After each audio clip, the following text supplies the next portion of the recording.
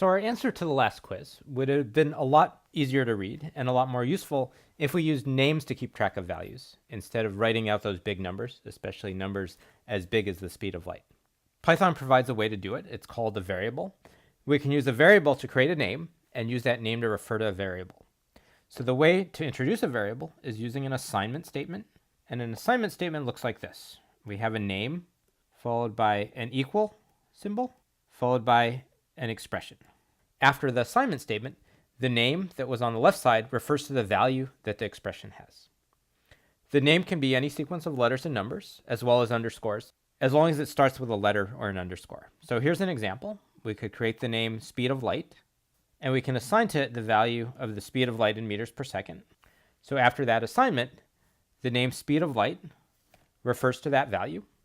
One way to think of that is to have an arrow. So we can have the name speed of light, and that's a name which refers to a value, and the value it refers to is this long value, which is the speed of light in meters per second. So once we've done the assignment, we can use the name, and the value of the name is the value that it refers to. In this case, it's the speed of light in meters per second. So let's try that in the Python interpreter. So here we've introduced the variable speed of light, and we've assigned to it the value 299,792,458, the speed of light in meters per second.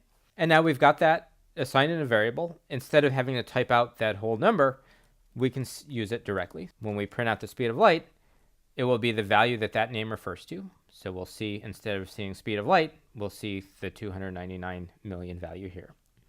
We can use it in expressions as well. So if we want to convert it to centimeters instead of meters, we can multiply by 100. And now we see the result is the speed of light in centimeters per second. So let's define another variable.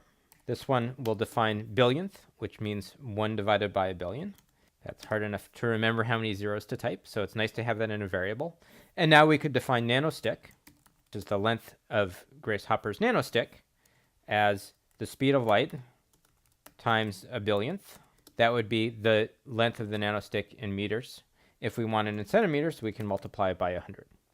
And so now we've defined a variable, nanostick, which is the length light travels in a nanosecond in centimeters, and we can print that out. So variables are really useful. They're going to make our programs a lot easier to understand. They also mean that we can use the same expression, changing the values of the variables to compute different things. So now it's time for a quiz to see if you understand variables.